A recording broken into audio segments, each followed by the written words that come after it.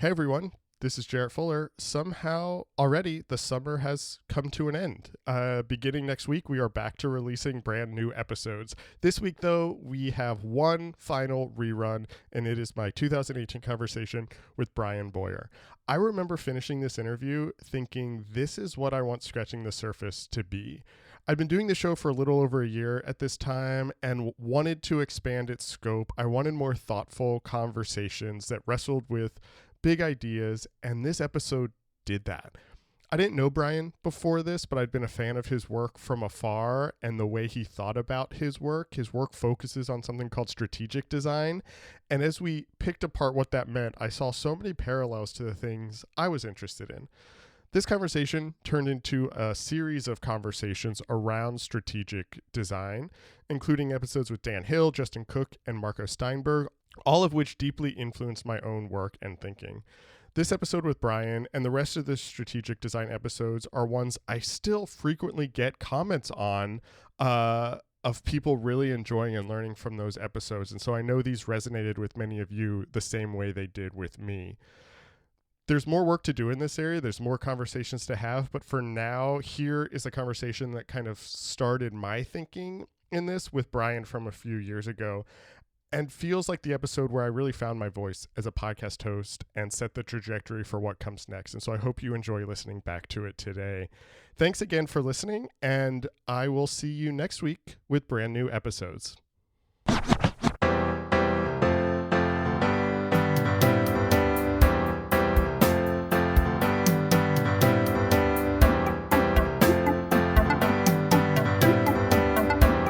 Hi, welcome to Scratching the Surface. I'm Jarrett Fuller, and this is my podcast about design criticism and practice.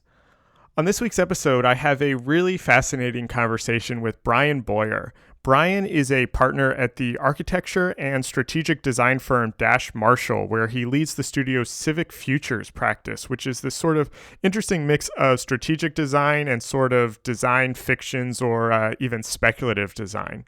Before that, Bryan was a founding member of the Helsinki Design Lab, where he worked on a team that used design to help improve public institutions. He studied architecture at the Harvard Graduate School of Design and at RISD. In our conversation, Bryan and I talk about his background and how studying architecture set him up for the type of work he's doing now. And we also talk a lot about strategic design, what it is and what that means and how it works and how it fits into his architecture studio or relates to architecture and the types of work and types of projects that he's taking on now. I know I say this often, but this conversation was so interesting to me. I admittedly didn't know much about strategic design before we talked, and especially didn't know how it was different than, say, design thinking, but just found the way Bryan talked about design and the way he thinks about design really fascinating, and found strategic design to be a mode of work that I personally really want to explore more after this conversation. Before we get into the episode, last week I launched the new Scratching the Surface membership program, where for $5 a month or for $50 a year, you can help financially support the podcast and the work that I'm doing around it, as well as get new exclusive content through a special members-only monthly newsletter and be the first to hear about new episodes and projects and things like that.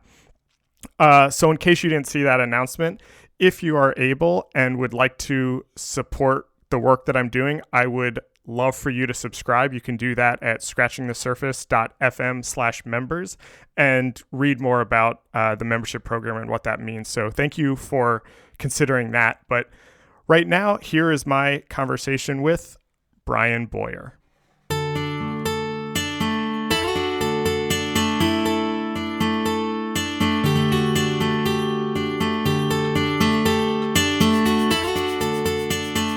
I always do a lot of research before I start talking to people, and I had a kind of idea of where I wanted to start, and then I had read an interview last night that you had done a couple years ago for Archineck, where you talked about your career starting at a startup, and it kind of messed up the flow of how I wanted to start. And so I want to talk about that early part of your career, how you started doing what you were doing. So you originally were working kind of in tech or online? Yeah, I started college and then dropped out after a year and a half and went to start a company with four colleagues. Oh, wow. And we were basically building a product which was a kind of browser assistant, which is a phrase that doesn't even make any sense anymore. But a browser assistant for tying services together across the web. So, for instance, this was in 2000 that we started the company, and in '99 when we were doing some of the early development work for it. You had a wish list on Amazon, but you had no way to keep track of things on other e-commerce sites or bookmarks across different sites in a way that was not tied to the one computer where you save those bookmarks on. Right. So it provided a layer on top of the web, and we basically built through scraping an API, or what you would now talk about as an API that allowed you to connect different parts of the web together. So if you book a plane ticket on Expedia and you want to put it on your Yahoo Calendar, our system kind of helped you do that, right? And this was 2000, you said? Yeah. So this is like pre-Web 2.0 even. Yeah, exactly. So we were doing really bizarro things with JavaScript using bookmarklets, which is basically JavaScript and a bookmark, right? And then using that to pull in a bunch of code on top of whatever website you're on, and then basically launching this little application in the browser. So that came out of, I guess my hobby as a nerdy school child. Okay. That's what I was going to ask. I obviously don't want to spend too much time talking about, your career 20 years ago, but you were interested in programming or tech, or kind of how did those things come together? Yeah, to maybe give you too much backstory. Okay. When I was in high school, my stepmom worked at the communications department of the local college, and I begged her to get me in there to use the scanner so that I could scan, if I remember correctly, some like Street Fighter books that I had, because I wanted to do something with the images, and that led to then having like a really minor job in the computer lab, like helping take care of all the Macs in the lab. Right. And that was around the time that HTML and the web were really kind of making their consumer debut. So that was in the mid '90s, and I learned HTML as the standard was being written. So, oh wow, when tables were invented, then I learned how to write tables, and when JavaScript came along, then I learned how to write JavaScript. So, oh, that's interesting. That for me, it was always it was just kind of a fun thing to do. And then later at college, I met particularly my friend Ben Brown. He and I ended up working on a number of side projects like little webzines and things like that. And it became a really generative way to think about how you push technology to do things that it's not used to doing. And that was fun. Yeah. So how do you go from that to then what I assume is going back to school or returning to undergrad to study architecture? How'd that shift happen? Right. So I drop out of college, go start the company. We ran that for a little bit less than a year, and then it was too late to start a company at that point because the Web 1.0 bubble had already burst, and ended up working for a company in Texas, and then moved to Silicon Valley and worked for a startup there, and grew with the company from, I think I was number 7, and when I left, it was around 80 or 90 employees. Yeah. And I at one point looked around and thought, "Do I want to do this for the rest of my life?" And I've been there. That sounds familiar. Yeah. So the answer was no. And what I thought about was the parts of the technology work that I enjoyed, and really, it was always about building tools that allow people to do new things or do things in new ways. Mm-hmm. And when I thought about how else I could do that, architecture seemed like another way to pursue the same interests. And I decided that I was going to go back to school and that architecture was what I would study. And so that's what I did. And then did you want to, this is a really weird question, but did you think you were going to be designing buildings? Like, is that kind of what you were thinking at that time? Oh, totally. Okay. So then how did that, I don't mean to kind of rush through all of these things, but how did that change? How did you get to Helsinki is basically where this is going. Because Sure. Did you ever really work as a architect in the traditional sense? Well, it's a really messy question to answer because no, not after school. I worked for summers as an architect doing architecture things. Right. And then after graduation, I did not. But fast forward to now, I have an architecture studio with colleagues. And so there's a mix. But I guess to get back to your question about how one goes to architecture school and then doesn't use the degree at all.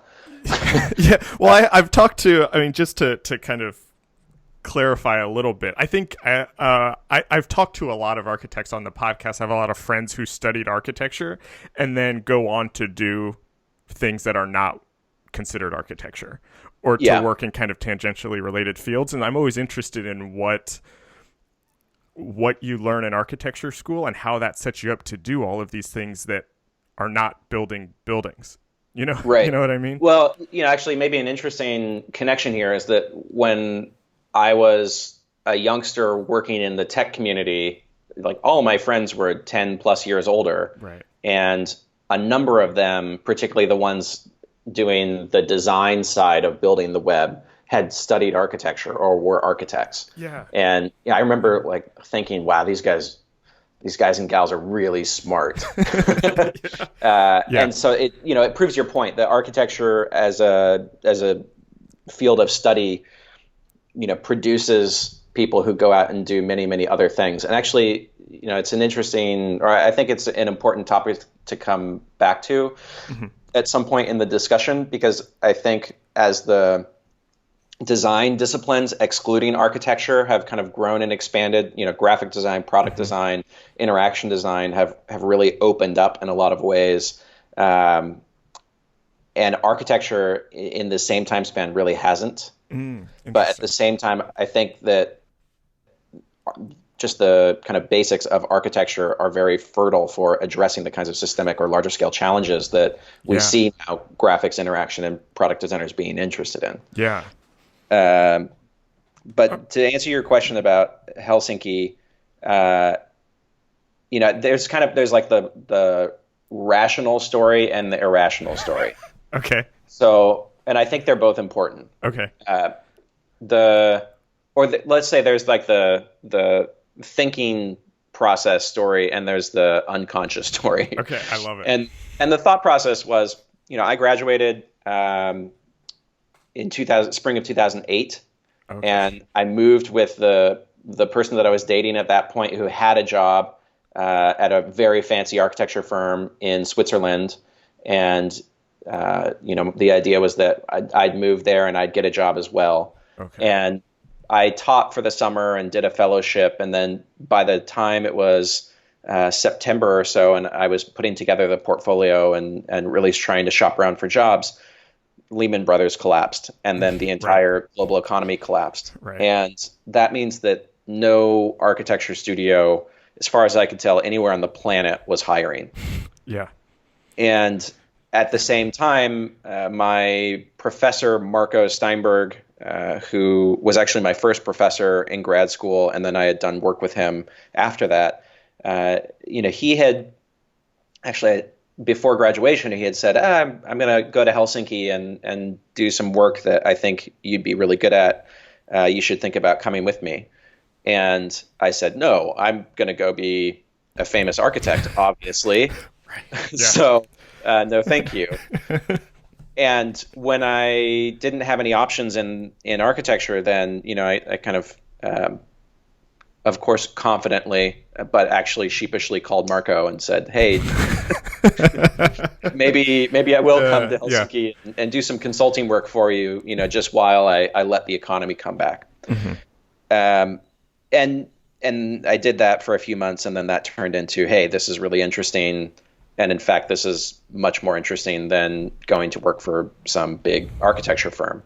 So, that's the kind of conscious story or conscious thought process that I went through. Right. But when I think about it, in grad school, the projects that I worked on were not like the architecture-y type of projects. Right. And the internships that I sought were a mix of architecture and non-architecture stuff like IDEO. So, I think even if I had gone into an architecture studio, it wouldn't have been very long that I would stay there. That's my guess. Yeah, I mean that makes a lot of sense now. The kind of the way you describe that, and I'm kind of curious. And you started touching on it a little bit, so I kind of want to pull it out a little more. Is at the design lab, your job, I don't know how to phrase this, but you use the term strategic design as kind of what you were doing. And so I have two questions around that. And the first one is, I would love for you to kind of define or describe what strategic design is. And then I think that's a potentially good way to bring in what you were mentioning earlier about how these other design disciplines are starting to expand. And if there were things from your architecture education that played into working as a quote unquote strategic designer. So let's start with the hardest one. Yeah, sorry, I gave you two big questions right back to back. So strategic design is a term, Marco used to always say it's both of the words are meaningless at this point. Strategy is so abused that it means basically anything. And same with design. Design could be a noun, a verb, many different many different meanings. And what we developed in Helsinki and the way that I think about it now is that strategic design is about using the skills that designers have uniquely cultivated for a very long time. And I mean that designers as a cohort in questions of business, politics, the economy, kind of larger systemic and therefore strategic questions about everyday life. And that means working upstream earlier than designers usually get invited into the process. And so in that realm, in Helsinki, we talked about it as the designer bringing the skills of integration, visualization, and stewardship. So integration being the ability to pull a bunch of stuff together and synthesize it into a thing. Right. Visualization being, the ability to draw, to sketch, to use diagrams, to make models, prototypes, etc., as a way to externalize or produce a kind of, I think of it as producing an object that people can orient their thoughts towards or around, as opposed to just communicating from my brain to your brain and leaving lots of opportunity for things to be not necessarily misunderstood, but just understood differently between the two noggins.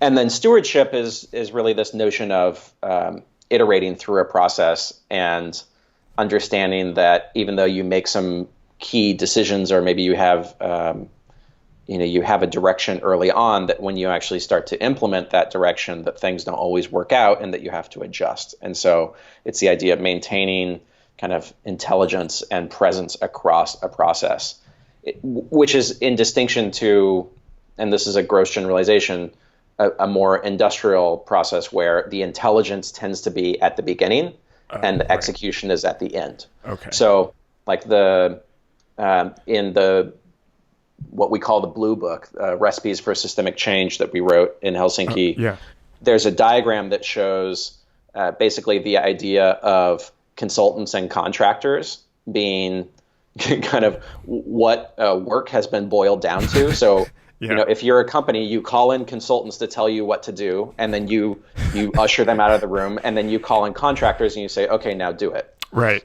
And what happens in the gap between those two different labor pools basically is a high potential for the draining of intelligence or the deeper understanding about the motivations of the work that we're doing. Yeah. And so what we were observing with the strategic design work is that, think about politics. If we imagine, and this is tough today, but if we imagine for a moment that politicians have the best interests in mind, and that they go into a room and they make some decisions, right, and then they pass those decisions on to the various agencies and departments who are going to enact those decisions, there's a gap in the understanding between why the decisions were made and how the fine-grained details of their enactment should be carried out. Right. And that's the kind of thing that would drive a designer crazy, because that's like, designing your book and sending it to the printer and never going for press check. Right. And never caring about what kind of paper stock it's on. And, all those things that are details, and they don't matter from a big picture perspective, but they do matter from how the work is received and experienced. And so, perhaps naively, what we are trying to do is bring this ability of designers to think about the various parts of a problem, to use unique tools in that thinking process, and to work across the duration of the process into contexts where designers are not usually involved, like business and politics, et cetera. Right. Does that, this might be a really stupid question, but I'm thinking, you had mentioned when you were in school being interested in companies like IDEO, and I'm curious how strategic design is different than kind of the IDEO branded design thinking. Well, the really simple version is I don't think thinking is enough. Okay. So okay, I like that. If you, or I will say, in my own experience, having the opportunity to speak to people who are running government ministries or a department of City Hall, or even running City Hall itself, when you speak to executives on top of these large organizations that we can all point to and say, we know that there are problems in this organization and it's not performing the way that we as citizens would like it to. Mm-hmm. The people at the top very often are aware of the challenges. They might not be aware of them in their full depth, or they might have a different opinion about it, but they understand the complexity of the organizations that they're working on very often. Right. And they might need some help with ideas about what to do, but it's also a challenge of implementing those ideas. And in an organization, that means it's a social challenge, because organizations are people. Right. So the design thinking, if I'm being really simplistic, I think that design thinking has been billed essentially as a kind of creativity additive for organizations. And, like my girlfriend, my partner, is a lawyer. She's one of the most creative people I know. Right.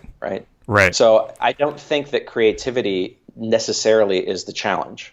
I don't even think that empathy necessarily is the challenge. Those might be parts of it. But I think the bigger issue is that the institutions that we have now in the 21st century were designed at some point in the past, and they were fit for service at that point, but they're not anymore because the context has changed.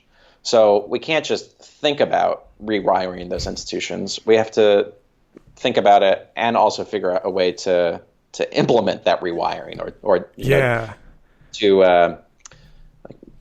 Marco loves to use the phrase that you have to change the engine while the jet is flying, right? Right. So what is your, whether it's at Helsinki or at Dash Marshall where you are now, I'm curious kind of what, I really hate asking this question, but what's the deliverable? I hate using that word. I love this question. Okay, like what's the end result then, I guess, if it is more than thinking? What's kind of the thing that you are giving, or what are clients hiring you to get? Yep. So it depends on the situation. Helsinki was unique because we were a part of the government. Right. So the Finnish Innovation Fund, which was kind of the host entity of Helsinki Design Lab, where I was an employee of the Finnish Innovation Fund. Oh, okay. We were part of the government. We had our own pool of funds that were separate from kindergartens and fire stations and all the other stuff in government. So it wasn't like a zero-sum battle for money.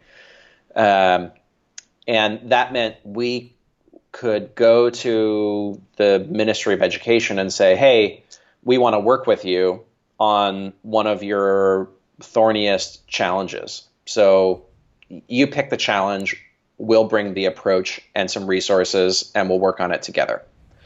And in that context, you can do a lot. Right, yeah. Because you have the liberty to say, what we need right now is to be a neutral, kind of a neutral actor who can convene a diverse set of stakeholders that wouldn't usually be together to give the ministry input on their challenge from a new perspective. Mm-hmm. Or it could be, we're going to work with you to develop a pilot program. Or it could be, we're going to embed somebody, a designer, inside one of your teams for a year and help you understand what that could mean for your organization writ large. So, I think in the best case scenario, when we're talking about strategic design, the outputs are very diverse, from changing the organizational structure to thinking about what's missing from that organization as a whole, to enacting or developing new processes internally. Mm-hmm. But equally, what I've been concerned with lately is this question of ultimately all of the projects that I've done as a strategic designer at some point come back to the question of culture change. Oh, interesting. Right. So everybody says it's inevitable, whatever project it is. Like I just did a project with one of my HDL colleagues who now teaches at RISD. Okay. And we were doing a studio on narco trafficking in the U.S. Oh, interesting. So very different from the work that I was doing anywhere else. And sure enough, as part of that discussion, amongst many other things that came up, culture change was one of the issues. How do we change the culture to, in this case, help people feel like they have some kind of hope, right? That they have some kind of future. So if we talk about culture change, whether it's writ large in a society like the United States or it's within one organization, I feel that the way we change culture is with culture. Mm-hmm. Yeah. So I love that. So in that situation, actually the kind of traditional skills of the designer become really important again. So things like, what do we surround ourselves with? What do we look at every day? Right. How do we interact with each other as humans?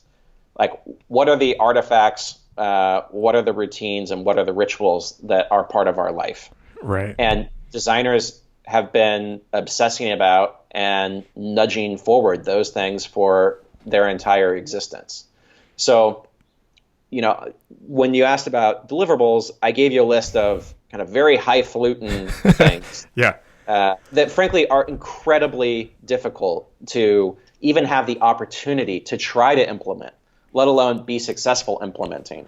Right. And most of the good work that's done in that realm of the first half of my answer is done by people who are already inside government, like we were in Helsinki, or Mind Lab is in Denmark, or Taxi is in Australia, or it's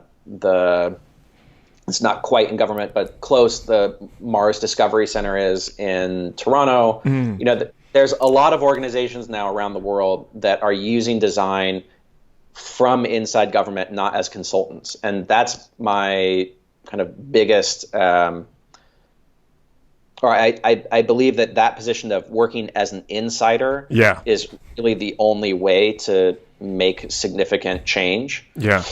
So, but then on the opposite end, this question of how do you make evident a culture of change is, I think, something that's often overlooked because it seems trivial. So for one of our projects, we created T-shirts for things like street trees and potlucks and sidewalks and streetlights. because the foundation that was driving that project was interested in people kind of looking at public assets in a new light. I was like, well, I can talk to people all day long about how great the library is, but it's quite a high cognitive load required to engage in something like that, a discussion about the benefits of the library in a democratic society. Yeah. And if you had to do the same thing to celebrate your favorite band, you probably wouldn't do it so often. Right. So we've been trying to flip these questions to say, okay, if the outcomes are things that are basically at the top of Maslow's hierarchy of needs, that take the most refined or rarefied kind of concentration, and also everything else below that on the pyramid, maybe we can find ways to take baby steps towards the discussions or the conversations that we're trying to have, right, by making it really easy for people to get excited about or even to think about things in a new way. And so T-shirts and postcards and stickers and all that stuff, which earlier in my career I didn't really pay much attention to, now I feel more of a kinship with. Yeah. So you now run an architecture studio that does, at least I think, correct me if I'm wrong, that does both kind of traditional architecture, but then also this other type of work. How do those, does kind of being in a studio like that, does that change how you think about your job? Because you're not always embedded in the company like that. And then how does the studio think about these two sides, or are they even two sides, or are they kind of one type of practice now? Yeah, so it's really hard to do the kind of design work that I was describing as a consultant. And what we've been doing is taking very few projects. Okay. And so the projects that we take tend to be longer term engagements.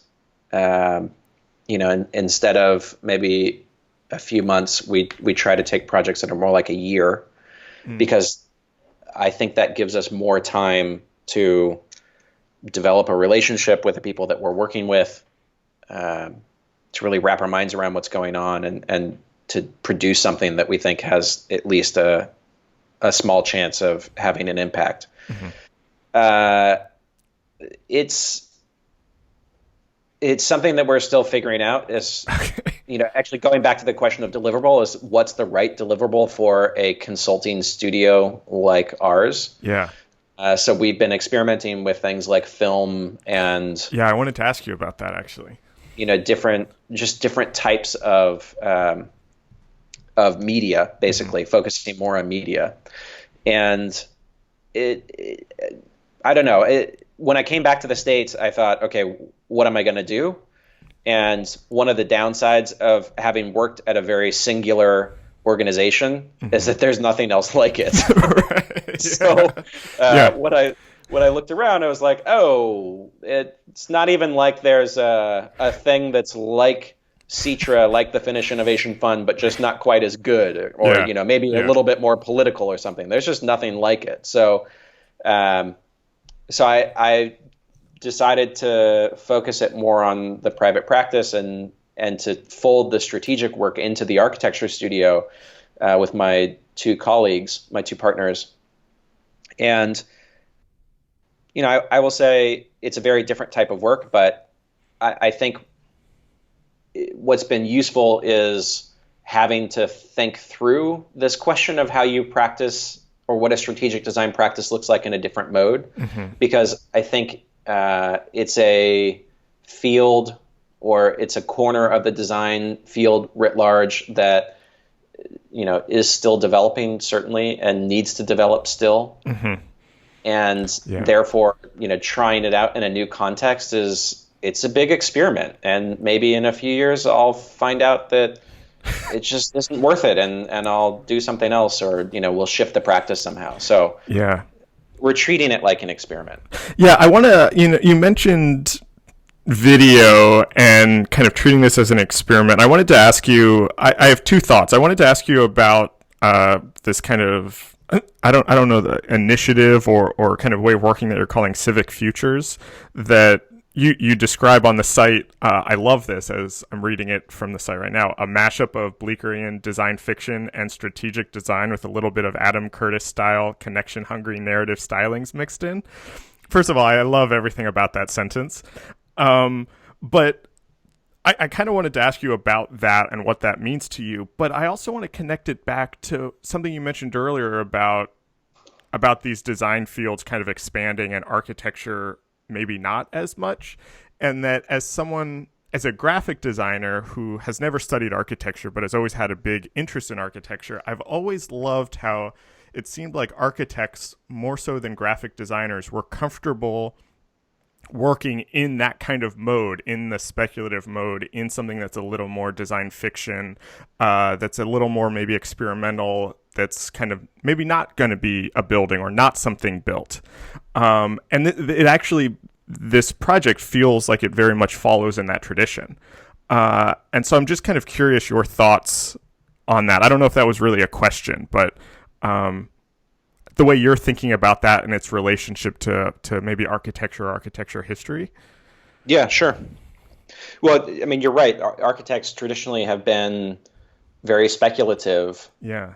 I think, at least in part, for a very basic reason, which is the vast majority of architects can't build work on their own. Right. Compared to, graphic design, for instance, where if you want to, you can publish a book on your own. Right.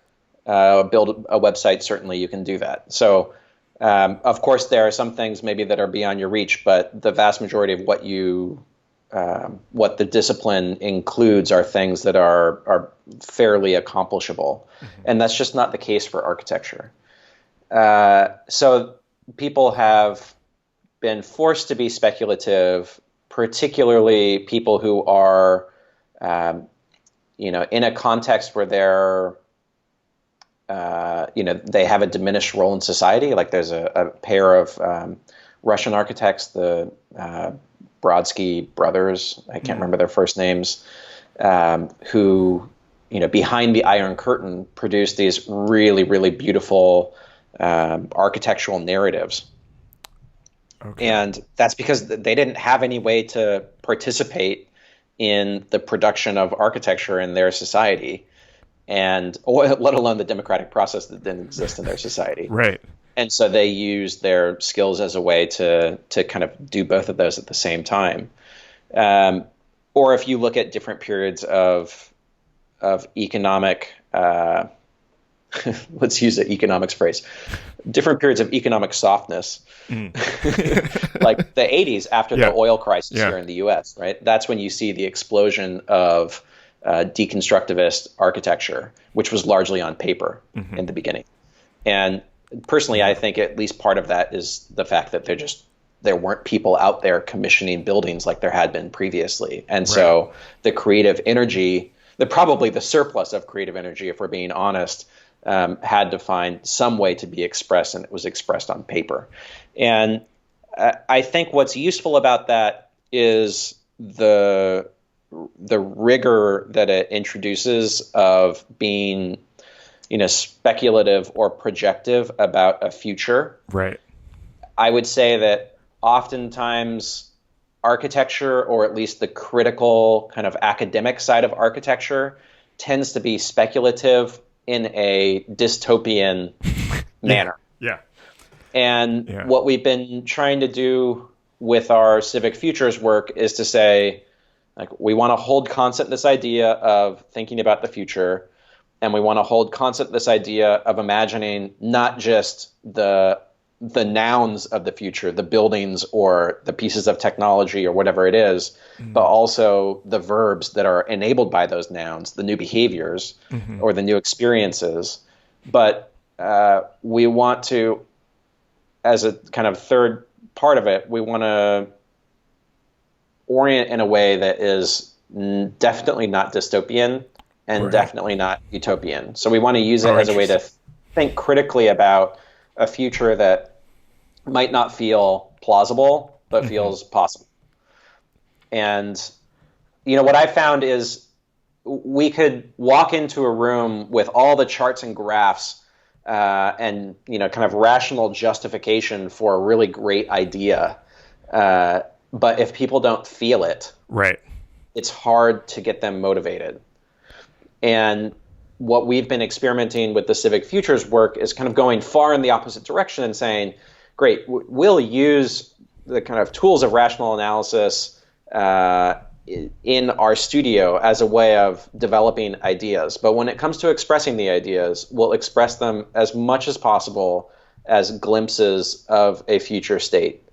Oh, and to make those as realistic as possible. So we're trying to, or it's actually changing now because we just did a project with Kelly Anderson, who's a great graphic designer and maker. So we did a project with her doing illustrations that were more kind of comics or illustrative, I suppose.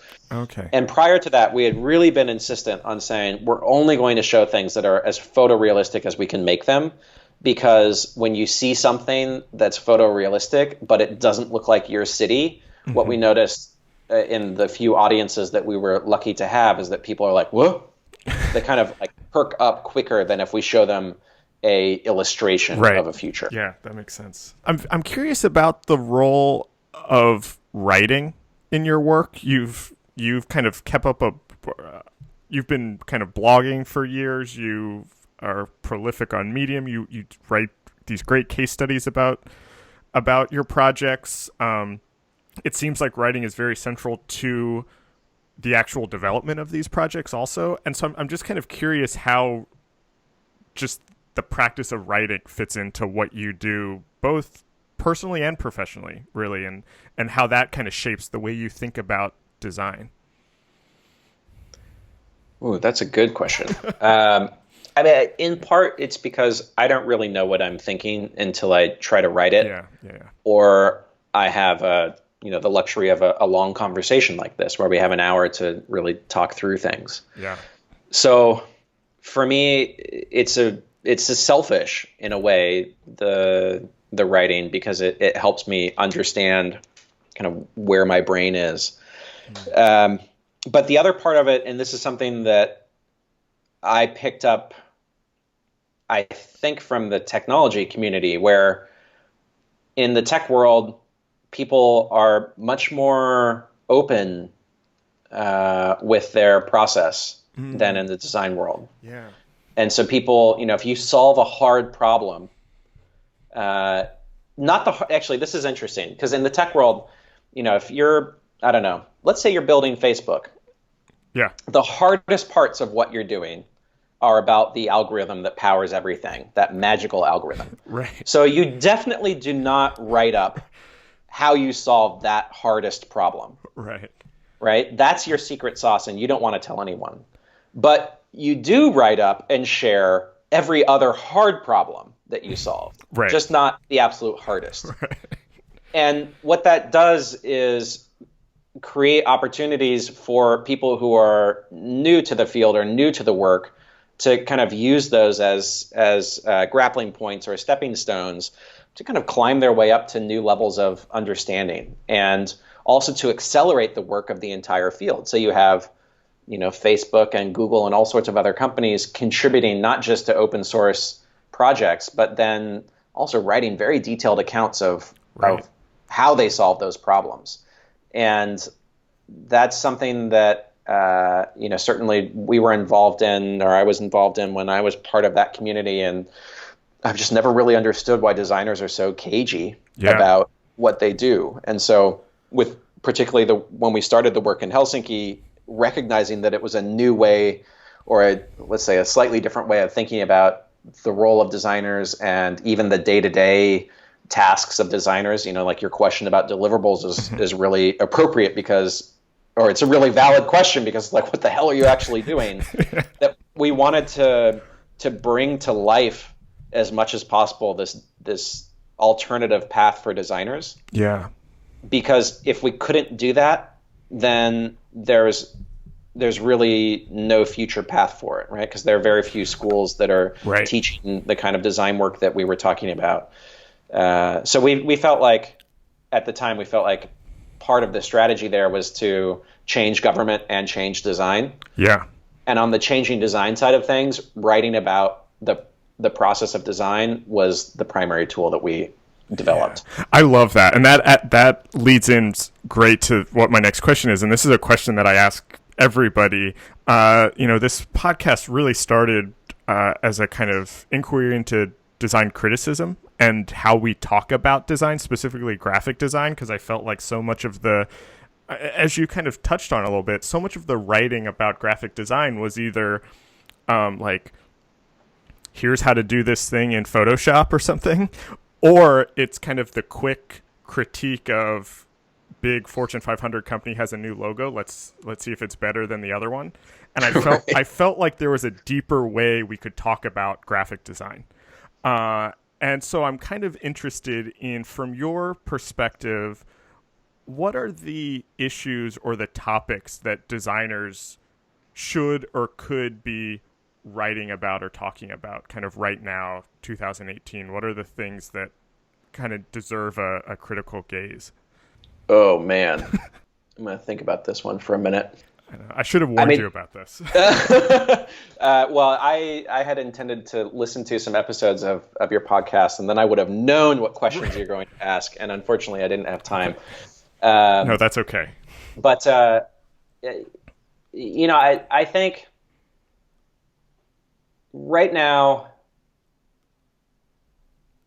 designers and other people called humans are freaked out. Yeah. And, I think a lot of people are worried about what's going on, particularly in this country, with our politics, but, equally in pretty much every other country, about the climate and all sorts of other serious issues. So I have a hard time kind of navigating this because I feel like, on the one hand, I genuinely do think that designers have a unique role to play particularly in telling the story of how we make decisions about things that are very hard, quantitative, you can calculate them, and things that are very soft and fuzzy, like emotions and feelings that you absolutely cannot quantify, but bringing both of those together to make singular decisions. Like that, I think, is the special sauce of designers, and it's something that we as a community have not articulated very well because we get caught up in things like creativity being what we do. Right. But actually, it's this ability to make decisions about hard and soft together at the same time that makes us really unique. So while on the one hand, I think there's a role for that, as we described or discussed in the strategic design stuff, there's a role for that in like go into government, go into business, like have an important position. And at the same time, I think a lot of the issues that are producing the sorts of general anxiety that I pick up when I talk to friends, those aren't designer issues. Those are just person issues or human issues. Yeah. And so, from a design perspective, I don't know that designers need to be obsessed about climate change. I think humans need to be obsessed about climate change. Yeah. And people who live in societies need to be obsessed about climate change. From a design perspective, the things that I feel are still most important are really about changing the relationship of design practice to its clients or to the business world writ large. Because I'm pretty tired of seeing designers or design studios overworked, underpaid, unappreciated, and nobody's going to change that for us. So we have to do it ourselves. And that means, being much more serious about business issues, being much more serious about how we negotiate contracts and, all that little nitty gritty stuff. Yeah. But like a self-help manual for graphic designers to negotiate better contracts, like that's going to do a little bit, but that's not enough. And I don't know how we make progress on this, but I certainly see in the field of architecture, like there's just not enough focus on it. My last question, this is another one that I ask everybody, is I'm kind of curious, who are the I'm going to ask you this in two ways. Who are the kind of writers or the books that have really influenced how you think about all of these things? And then secondly, or alternatively, if it's a better answer or if it's a different answer, are there books or is there a reading list that you would recommend to designers who are interested in this kind of mode of practice that you're talking about? Books, yeah, I mean, there are lots. And I would have to, actually, we wrote a bibliography, or not a bibliography, we wrote a reading list in the back of Recipes for Systemic Change. And that's still probably the starting point that I would point people towards, and I'd have to crack it open to remember what's on that list. We can direct people to that book, though. Yeah. But in terms of other things that are kind of more on the top of mind, I've been trying to sort of bridge the gap between the sort of humanist, anthropological, sociological approach of towards design from people like Richard Sennett, whose book Together is awesome. Oh, I haven't read that one yet. It's a few years old, but really good. All about different forms of collaboration. Yeah. But then through the cracks, you see little ideas about what design is or could be in a book like that, and it's not very innovative. And so, I've been really kind of thinking about people like Sennett or Bruno Latour, who's making things public is still a touchstone for me. It's quite an old exhibition catalog at this point, but his introductory essay in that book is awesome. So how do you connect these kind of perspectives on humans in their environments or in the world, and really thinking very carefully about those humans and their interactions, but at the same time not giving up on the possibility to invent completely new ways to be human. Right. Somehow that's the space that my brain has been in. So I've been reading science fiction and I love that. Economics, history, and really random. That's great. That is so interesting, and I think is actually a really nice way to wrap this up. Bryan, thank you so much. This was so fun and interesting to me. I'm a big fan of you and your work and the way that you think about these things, and it was so great to kind of pick your brain about all of these things. I found it so interesting. So thank you so much. Well, thank you, Jared. I'm honored to be on the podcast, and it was a really great conversation. Like I said, this is the only way I can figure out what I think. So I appreciate the opportunity of having your help on that. Yeah, of course. If I can always just give people a place to kind of sort out things, I feel like I've done my job. Awesome. This episode was recorded on February 20th, 2018. Our theme music is by Andy Borgasani. We're on Twitter and Instagram at Surface Podcast. You can find us on Apple Podcasts, Google Play, SoundCloud, and at scratchingthesurface.fm. Thanks for listening.